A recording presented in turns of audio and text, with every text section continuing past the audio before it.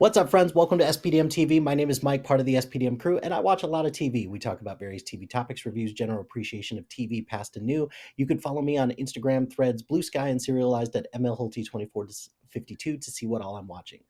This week, changing things up a little bit, and I will be talking with Kymberly Harris. Kymberly, how's it going? Welcome to the show. Thank you so much for having me. Absolutely. So, Kimberly has done all kinds of different things within the entertainment industry. If you check out her IMDb page and her website, she has producing credit, she's got acting credit, she's written and directed pieces, and per her website, she's also done the acting coaching, she's done work with the theater. So, you're like a Swiss Army knife when it comes to the entertainment industry. I love that. So I'm excited to talk to you a little bit about kind of your journey throughout the creative industries and what's kind of driven you to the point that you are today. But tell me a little bit about yourself. Start wherever you'd like about how you got to this point and what kind of drove you initially to get into the creative arts. Well, it's such an interesting time to be doing an interview. It's just the world here in LA. We just had these apocalyptic fires, and, we have a new administration. And, I think has everything to do with, art, film, TV, theater, and I mean that's really my approach. I think it started with acting. I think 6 years old when I had my first lead in a musical. Oh, nice, nice. And Which one then was I went which to one? college for I had studied French and theater. And then I just always was acting, just acting, acting, acting, acting. And I mean, really, probably 345 days a year I was Mm. acting. I was always acting, obsessed with it. And then when I went to New York to graduate school, I started playwriting as well. And then my acting coach asked me to coach some of her clients, Got it. Mhm. and they were high level, very talented clients. And then I started directing theater. And then someone asked me if I had a play that I could adapt into a screenplay for them for their production. And I did that. And then they said, "Will you direct it?" And it was not even really nothing in my life has been planned. It's just always been led by inspiration. But once I got on set, it seemed like everything that I had been doing had a place to go, because when you're directing a film that you wrote, you are directing, you are writing, you are acting coaching, you are, creating the world. And so all these, like I would do in theater, so all these skills that I had been Swiss Army knifing up until that point had a place to go. So yeah, I used to feel sort of self-conscious about that because there were so many hats in a way just in my career. But now is a different moment where I feel like actors are producing and creating a lot more Mhm. and doing other things. So when I was coming up, it was, you have to be one thing. Yeah, and there is something to be said about that because, like you said, there is that expectation that you could just be really good at one thing, but now it's not just acting, it's can you act, can you sing, can you produce, can you write, can you do all of these different things? And that's great to have all of those different things. I can imagine at times, can't that be a little overwhelming at times to just be pulled in so many different directions about with all the possibilities out there? I think that's just such a great question. I mean, honestly, what the overwhelm didn't set in until 2024 when the strikes happened because everything shut down. And for the first time, I wasn't being asked to do. I kind of knew. A 20-hour day was coming. Like I've been so busy this whole time. And then when that happened, then you have to stop and go, okay, wait a minute, which thing am I going to pursue? And it was almost the quiet that has been more overwhelming for Mm. me. Okay. because then I really had a choice. It wasn't something like pulling me. Yeah. So that is it's real. Yeah. Yeah. No, and that's a great perspective in a way that when you're so busy and when things calm down, that's when things start to get a little bit much. And I appreciate the like the honesty and the transparency with that, particularly like during the strikes when a lot was in flux. I'm sure you don't know when the strikes are going to end, and you don't know, and from a negotiation standpoint, you don't know what you're going to get for not only the actors but the writers and directors. Those all kind of just converged at the same time, and that had to be at minimum annoying, but also at worst it's probably devastating to kind of just be caught up in all of that and hope that a good deal is reached for as many people as possible. Yeah, and for me, I've always remained a coach and a teacher because I feel that I love doing the work and then giving and giving and giving. And so anytime I can be teaching, so for me, it's always I've had this sort of antennae out, and you can just feel people losing their jobs. People, so it wasn't only me; it was you can feel it in the whole, because really there's so much of the city that is creative, creatives. And Yeah. so it really does challenge you to say, okay, how can I be proactive and try to empower artists during this time? And for me, that I happily had, some workshops I could give and try to keep people creating. But the danger is losing hope, because the executives want to make much fewer things because they don't know where the industry is going. And then, only a small portion of people are that are very, very famous are continuing to work and no one else is. And so it's disheartening. I do feel I'm you open Pandora's box here, but I Yeah. do feel that the films this year have been really kind of our artist revolutionary films. I think there's, and that's exciting. They feel like they have a real independent spirit and people are of that spirit. I'm going to do exactly what I want to do and really say something I care about saying more than other years, I feel. So, that the hope comes from that. And I just hope that creatives keep hope, because it's hard to, but we have to keep going. Well, but not only that, you brought it up that there's just so much in the world right now where the risk of losing hope is pretty great Oh, between everything that just happens regionally, statewide for California. I've got friends who lost everything in oh, those I'm so fires, sorry. Yes, and it's it's and devastating. it's and it's horrible. And then you see what's happening in our country right now, and it's very tough right now not to lose hope. But given everything that's happening now and everything that's even happened in the last 5 years between all the political turmoil, like COVID has taken its toll on a lot of different things.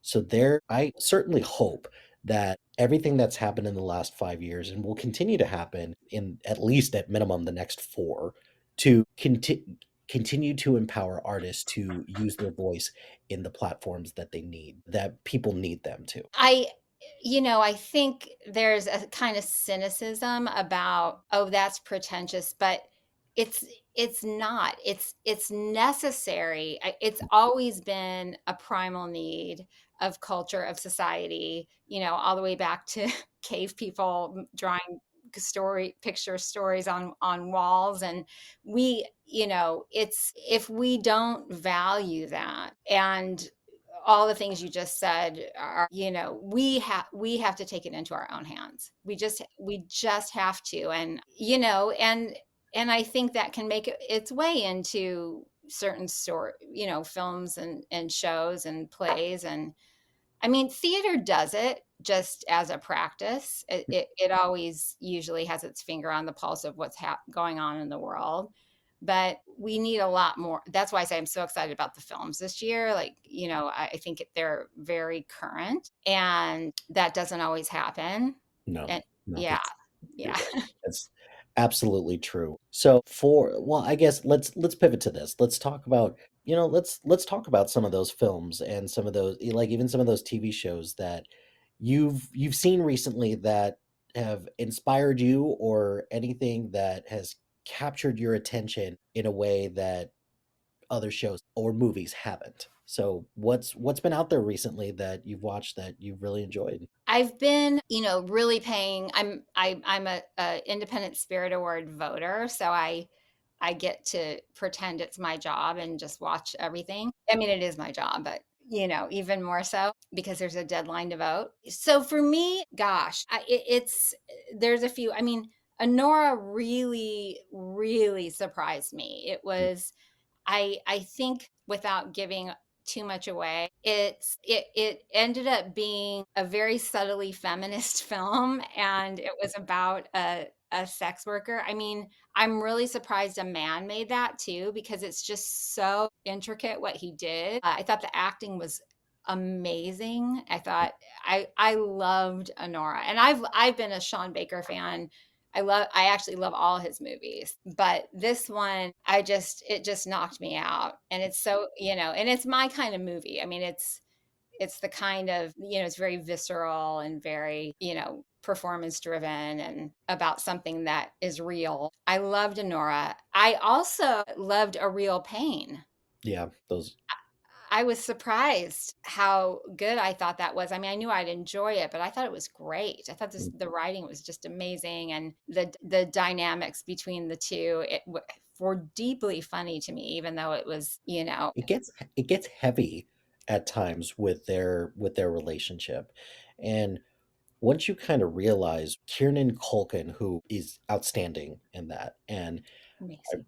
greatly enjoyed his performance. Doesn't say That's not to say that Jesse Eisenberg isn't great in it as both the director and the a performer, but there is something about Kieran Culkin's performance when he talks about his relationship with his grandma, and how she's the only one who really understands him, and how he puts up this strong facade in front of this group because he wants things to be real, but then he's afraid to face his real life too. And once you find out what happens to him, it's heartbreaking that he made that choice. And I'm not going to spoil it because it recently just came out on streaming services, and with the Academy Awards just announcing their nominations, I'm sure lots of people are going to go watch it, and I highly encourage anyone to watch it. But it just recontextualizes everything that you learn about him in the movie and what he's experienced after you find out some of the backstory of what happened to him to get him to this point. And I think the dichotomy between Jesse Eisenberg really planning this trip to really get to the bottom of his history, and then knowing nothing about, or really not being that deeply interested in the individual, was incredibly interesting. Yeah, And that Kieran Culkin's character was responding to that on some level. yeah, Yeah. absolutely. So you have directed and written. I think I read in on your IMDb, you've got five things that have been credited to you.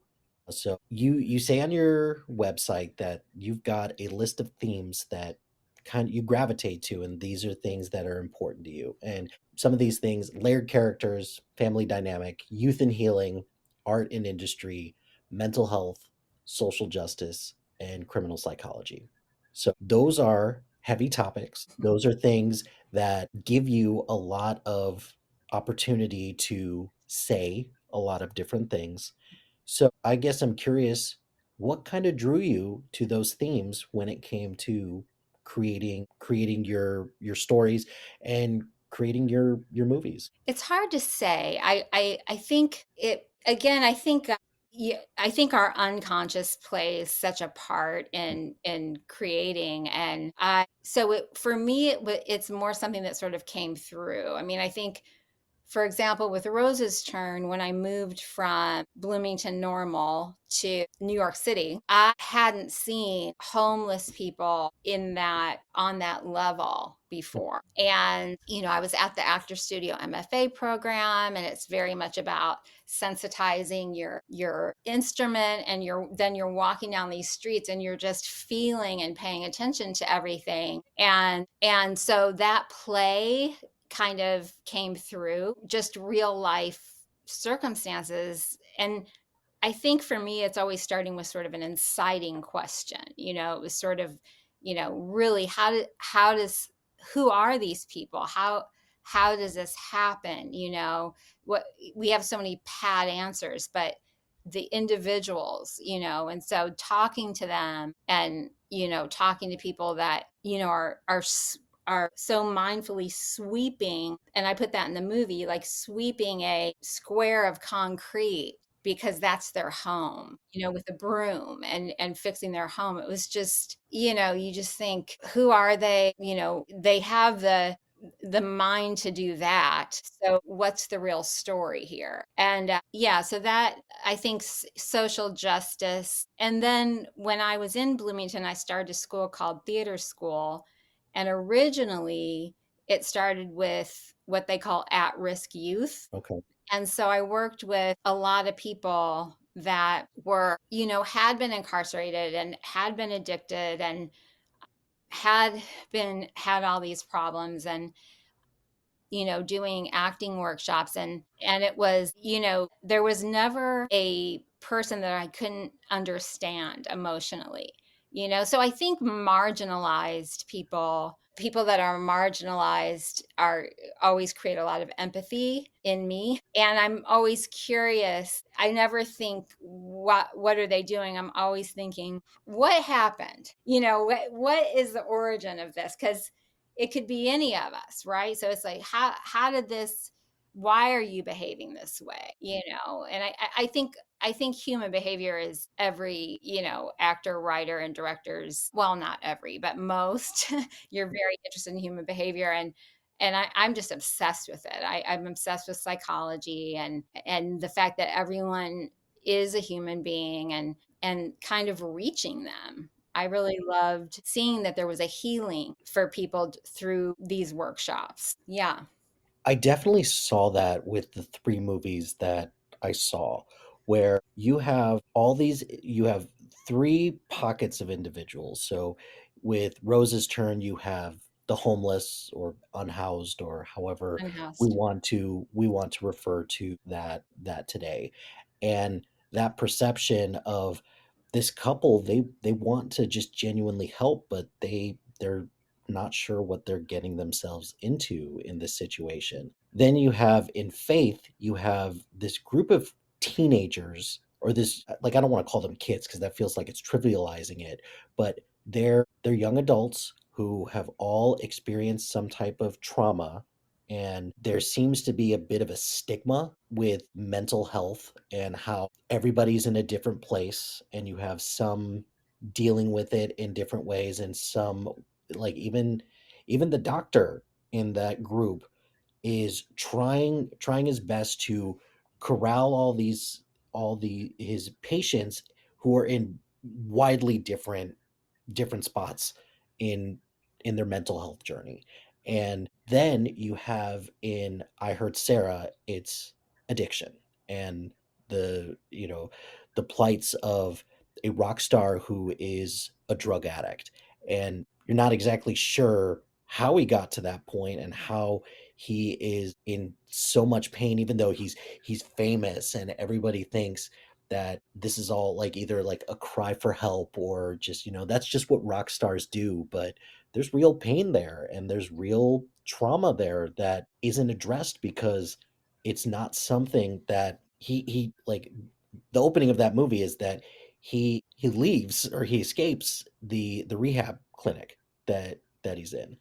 And I definitely see what you're talking about with those kind of things, or those kind of throughputs in all three of those movies are definitely present there. And it's something that I know it's important to you, and it definitely shows in all of your movies that I at least got to watch. so far. I really appreciate, an interviewer that takes such a deep look at the actual work. It's wonderful. Yeah, and I guess my feeling is also about the image that people want to portray versus actually helping. I mean, we can know, like the couple in Rose's Turn, or we can know, or the people, the fans of Ian Ford, and the parents of the kids in Faith. I mean, we can know a lot, but is or write a check or put them in a rehab, but how are we really helping? How are we really connecting?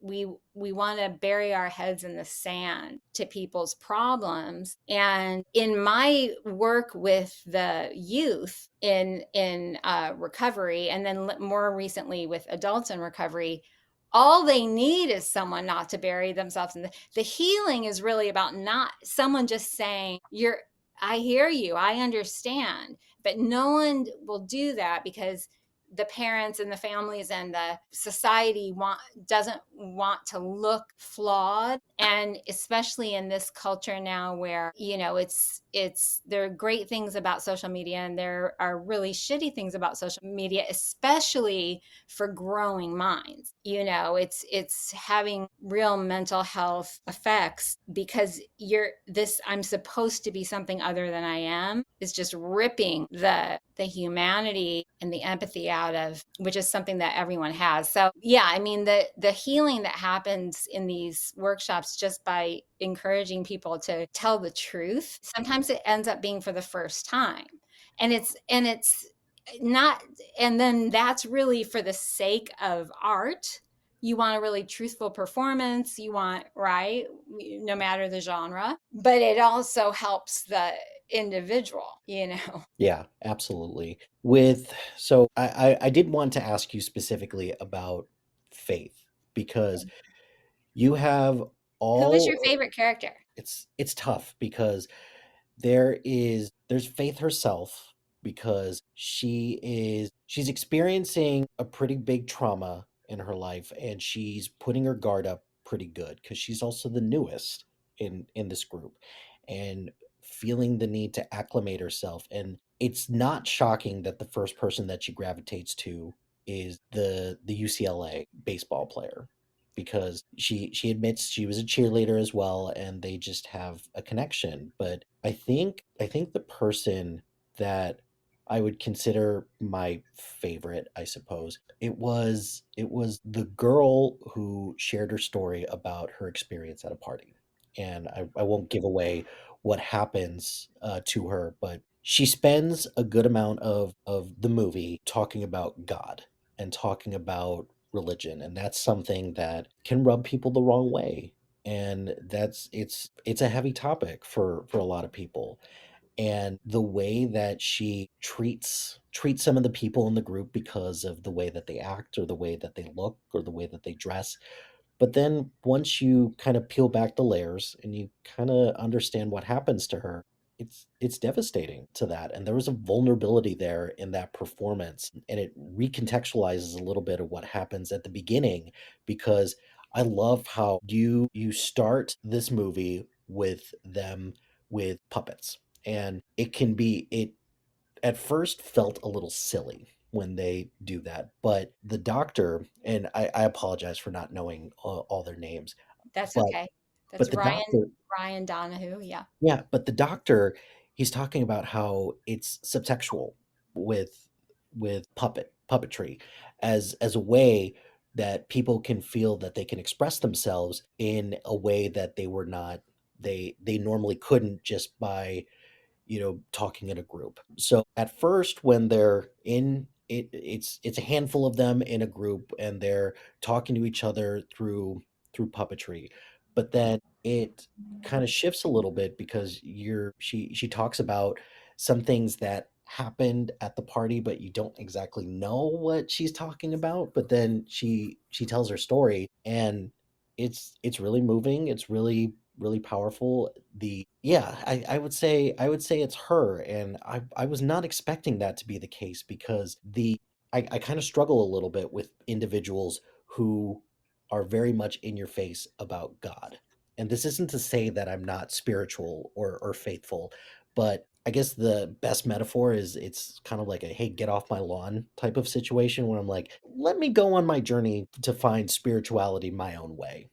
But when you learn a little bit about why someone is so devoted to their faith, then it changes your perception. And then you find a way to just be okay with it because they're using it as a way to find that humanity again and use that as a means of healing. And there's something really powerful about that. Oh, thank you.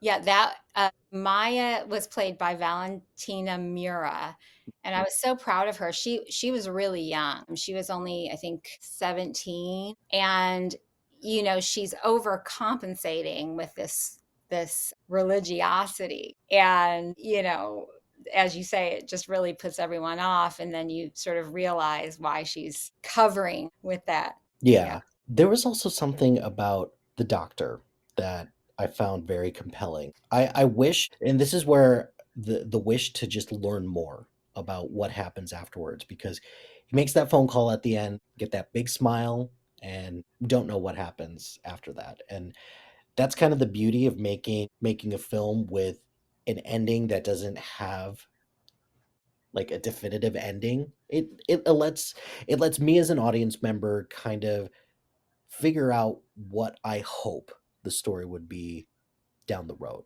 because the interaction that he has at the beginning with, I believe, Padma, is that how you pronounce it? She's the an art therapist, and it was really sweet because his whole thing that he's saying, he's asking all of these kids, what is something that's bigger than yourself that you can that gets you up in the day and that you can kind of hold on to. And hearing the way that all these kids answer that, and then to find out his, it's always good when we as people, like I'm somebody who struggles with mental health as well, because I feel like everybody to some extent or another struggles with something mental health related. But Of course. it's also kind of comforting to know that a doctor can take a look at his what he's trying to do with his patients and practices what he preaches as well. Yes, yes. And that was the beautiful thing that I researched and learned in those recovery programs, because everyone that was working there was also in recovery. So I love that you picked up on that. And I'm really glad that you want more, because I'm creating a series Oh, really? from this. Yes. That's fantastic. Yes. That's exciting. I would definitely just keep me posted on that because I definitely want to learn more. Thank you. Because between this and I Heard Sarah, which the ending of I Heard Sarah was again not quite not what I was expecting at all. And but the ending with Ian playing that song just felt like the perfect way to end it. And it's a great song, and given everything that he's gone through, and it just feels like he's starting his healing journey, it didn't get lost on me that when he goes up to the bar he asks for a water instead. And there's something quite powerful about that, given everything that you know about what he's experienced in the throughout the course of the whole movie. So I there was a lot in I Heard Sarah that was just really powerful, really enjoying. And that's where also the family dynamics piece, because family, I'm sure, is it's a relative term because it could be the family that you have that's blood or the family that you make along the way, the family you choose in a way. And a band is a perfect way to contextualize that because they're together all the time, they experience a lot, and particularly the band that you wrote about, which is they started with nothing. They started handing out flyers, best kept secret in LA. And how come nobody's taking my flyers? And I don't see a point in handing out these flyers because nobody's going to come to the show. And then the joy that they experienced when they said, we made it. And there the ups and downs throughout. throughout all of that was just interesting to see where you took a lot of those characters. And yeah, like what kind of, for I Heard Sarah, what was kind of the what just walk me through your process in terms of kind of just coming up with that particular story. The I was really interested in the relationship between addiction and fame, but the story was brought to me. It was the Dan Adeniev who played Ian Ford. He brought me a story and said, "Can we make this into a film?" So it was a personal story, and then we extrapolated, this idea that what happens when someone comes from a broken family, has these issues with addiction, but happens to be incredibly talented and young, and then they hit, how is it gonna affect them? So it was following that, to its end. Yeah. It kind But of really following it back to his what he loved about music, and back to his own, the fame pulled him away from his values, like you said, his family, his music, even on a lot of levels, and so he had to go back to the bare bones. And I think a lot of people lose that if they're not ready for fame. Oh yeah, absolutely. And I think the character of Josh was a great way to kind of counterbalance a little bit everything that Ian's going through, because Josh as a character, he makes a choice about what's going on in his life, and it's something that puts him into conflict with Ian. And then you don't want to like trivialize and just say like, oh, he was just jealous that Ian was getting more famous. No, there's more layers to that. And once you kind of find out a little bit more about all some of the different reasons why he left the band, it really helps kind of balance a little bit more about Ian's struggles, and then also kind of gives a little bit more clarity about Josh as a person. Yeah. Yeah. Because, he stole his girl, Yeah. he stole his love. And that's so primal if you're in a band of three people. And it was this rift that, and it really makes me think about, when you're in a work relationship and it's working, it usually is a rift that is, in retrospect, you don't realize how important that initial bond was, and how much you should value that. And yeah, there's a lot of regrets in the film that I really got, I picked up from the story that was brought to me, and tried to reflect the best I could. Yeah. Yeah. Can you talk to me a little bit about Now or Never? Because that's one that I couldn't figure out a way to watch it. And I read the premise on IMDb. It was really interesting because it has to do with anxiety. And I think right now anxiety is just running rampant. Not Oof. not just like in the US, but just kind of around the world. And just it's a combination of everything that's happened lately and kind of the direction that the world is going in, that anxiety is just at an all-time high. So kind of just tell me a little bit more about, what kind of drove you to write and make Now or Never. And I'll send it to you, because it's just such a great piece. It was a play here written by Natalie Nicole Dressel, and then the producer asked me to adapt it into a screenplay. And having just the one actor play all the characters was super intriguing to me. And it was during COVID, so it was, you are alone, and so the voices in your head really blow up and become your company, and really loud, and that's really anxiety provoking. And then it's about sort of soul searching and going, are these really what I believe about myself or not? And that was a really cool project because it was all women, and I hadn't been on a set. It was all women or non-binary. It was, during the pandemic. It's crazy how that it hasn't got, I don't think they distributed that, but it won the Rising Star Award at Paramount here, which was just such an honor. And it was such a surprise, Mike, because when you're creating something during COVID in a vacuum, you just you don't even know if it's going to see the light of day. So I was really, really proud, and it was really deep work that I did with that, with Covey, the lead actress, because she had to fully embody three different characters. And so it really was about, yeah, just sort of coming to terms with, okay, all of us are seeing new parts of ourselves, and maybe we don't like those parts, because we're inside Mhm. and going crazy. And then, what can that teach us, and how does it surprise us? And yeah, that's what it was about.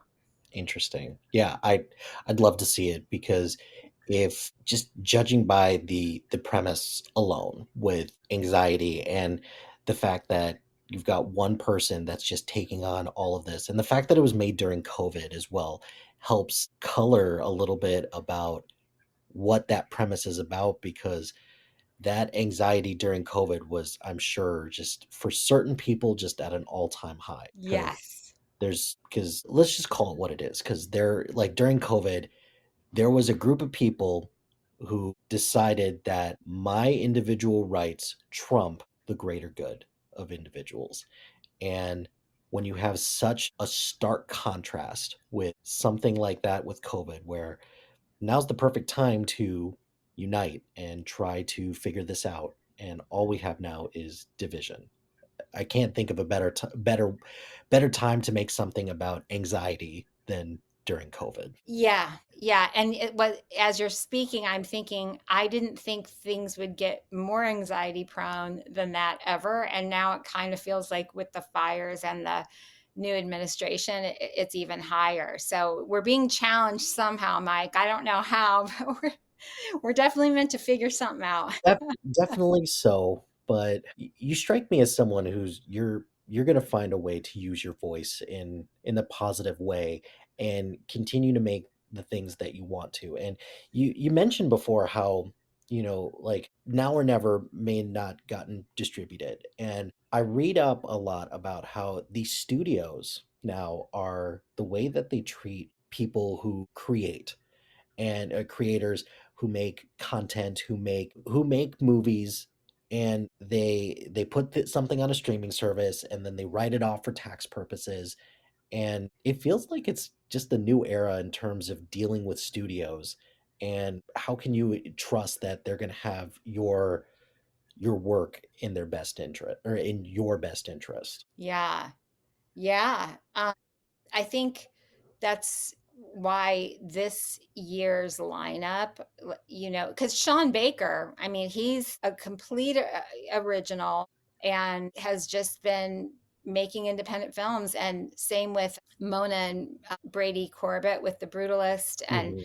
they're just, no matter what, they're going to find a way to tell their story, and for much less money than others will, and the story wins, somehow. So that's where we have to find hope. Same with Baby Girl, same with The Substance. I mean, these are not the kind of films we usually see at the Oscars.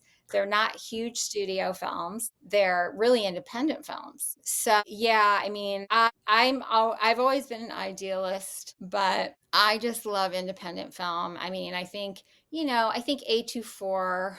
I think there are some places that it's hard. It's hard when you have to just concentrate on staying in control of what you can, which is doing the best work you can, and then trying to find partners that actually care about the same things you do on for whatever reason. A story with The Last Showgirl. I don't know if you heard about that, with Pam Anderson. I've heard of the movie, but I didn't. I'm wondering about the story that you're about to Yeah, talk. Gia Coppola sent it to Pamela Anderson's agency and got turned down in 5 minutes. Oh, it's too small for us. We don't want to do that. So she found a way to get the script. I think it was through Pamela Anderson's son, to Pamela Anderson, and Pamela Anderson was absolutely delighted and could not wait to do it. And it's a great film and she's great in it. And the thing is, that's, you have to be cognizant of, and I had to learn this, but if one person's bottom line is just money, then you have to be aware of how you proceed with what you're making and who you bring it to. So taking matters into our own hands as filmmakers, I think, is the lesson. So, in terms of like taking matters into your own hands, I read up a little bit about the studio or the creative direction that you're going, and you created firsthand films, which loved reading about that on your website. Uh, what made you want to start firsthand films versus what you were doing in the relationships that you had with other studios before that?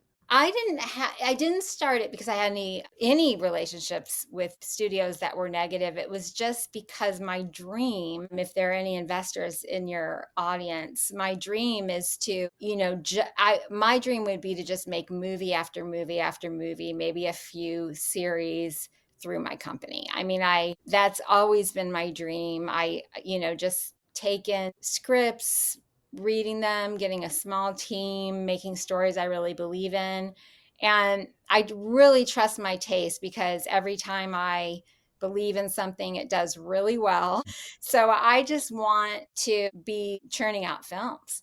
That's just really what that's my dream. And so I've gotten to make 3 so far. And, we'll see what happens with my series. If I, but yeah, I have a couple of projects now, but I just have it there ready to go for when someone brings something to me that I believe in, or for myself. Yeah, I mean, it's just a model that I believe in. That's fantastic, and that leads me to kind of my next question is how do you define success for yourself? Because success can mean a lot of different things, and especially in something like Hollywood, where money is a big measuring stick when it comes to success, and so is awards prestige. We're in the midst of award season right now. So for you, what does success look like for you? I do think that's an ever evolving question.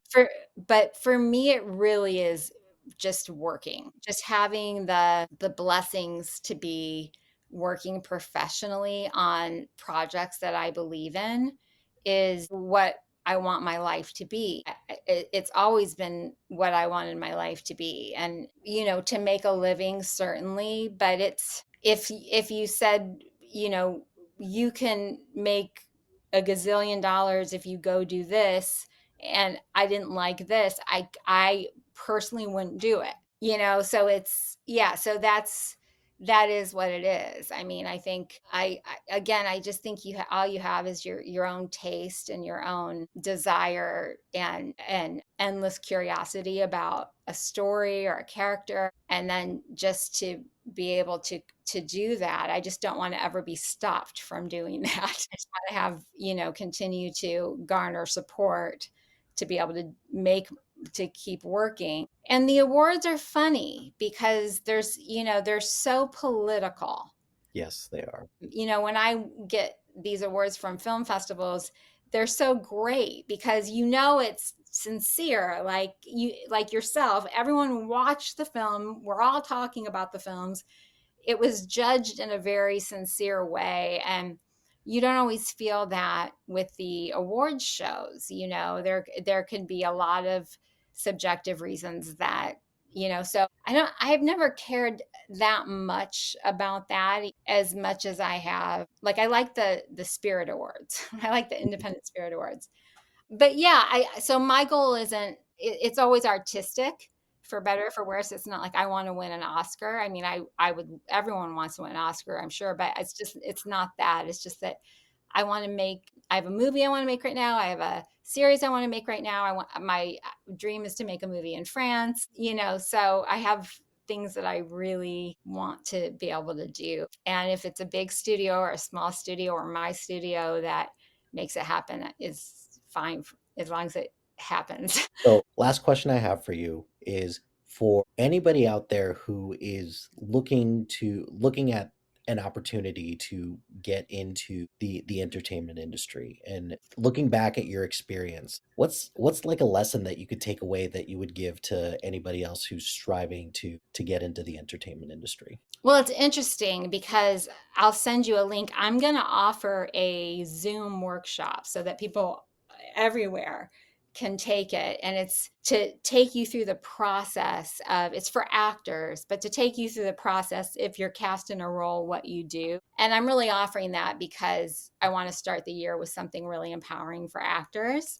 And I didn't want to do it in just LA. I have people from New York and China and all over the place. So I will be giving some of those lessons there. And I think the important thing to remember is that if you were if you were a basketball player or if you were a cello player, you wouldn't be like, oh, I'm just going to go join the NBA or I'm just going to pick up the cello and play a concerto. For some reason, because actors are their own instrument, they forget that they have to keep improving their craft and they don't know how much work the good actors do.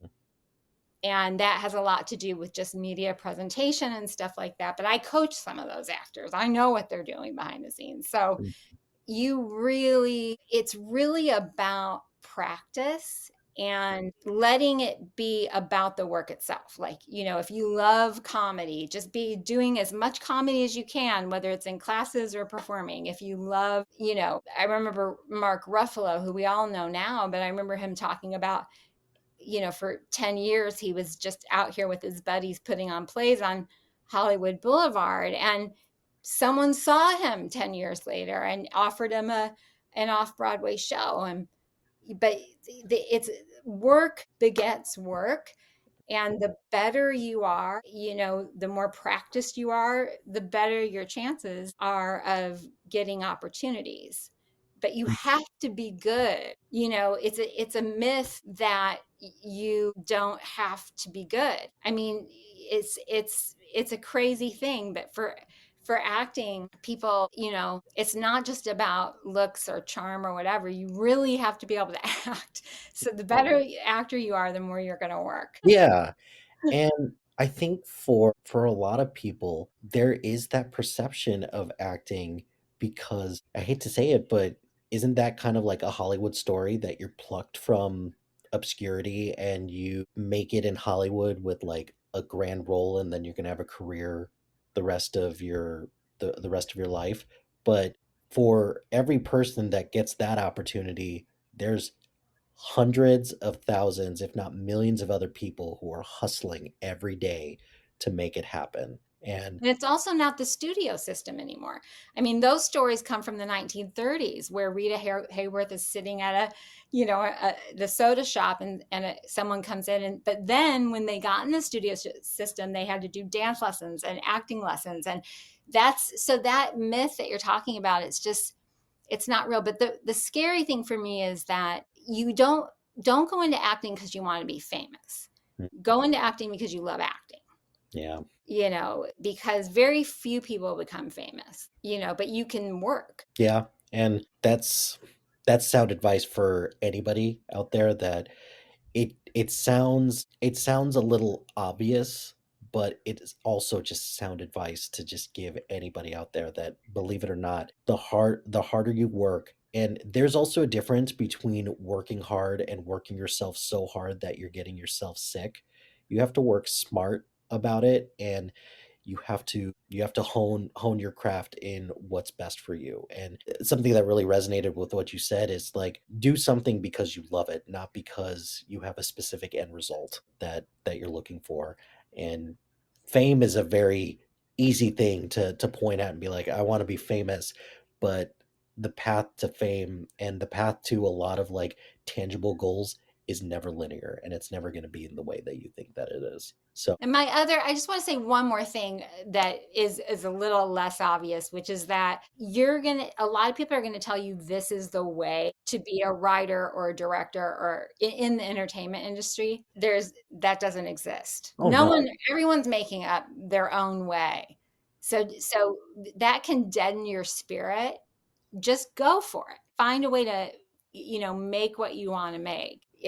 There isn't a way. And I appreciate you saying that because I'm a parent. I have two kids, and the first thing that a lot of people encourage you to do, read the baby books. I was like, those baby books, it says you need to do things in a specific way, but my thought always reading these baby books is like, wait a second, this isn't going to teach me how to raise my kids specifically. It's just generalizing. And then you figure out pretty quick as a parent, well, those baby books helped with some general stuff, but it doesn't get into the nitty gritty of how I take care of this child. And there's something kind of admirable that you got to forge your own path and you got to figure things out for what's best for you. And it sounds like that's exactly what you're doing with your films, with all the different amazing things that you're doing. And I so thank you for your time tonight. I greatly appreciate it, and looking forward to seeing what else you come out with because I'm a fan of your work, and I'm looking forward to just seeing what else you come up with. So thank you very much for your time. Do you have anything else that you want to plug, or anywhere that we can send our audience members to just learn more about you, your films, and anything that you got going on? Well, thank you. This was such a meaningful and wonderful interview, and I just loved it. It was really a conversation, and I really appreciate that. Yes, please go to my website. I think it's kimberlyharris.me, and please Mhm. go to Amazon, and maybe we can share the links to the films that you Yep, so I will. eloquently Yep, talked about. I will absolutely.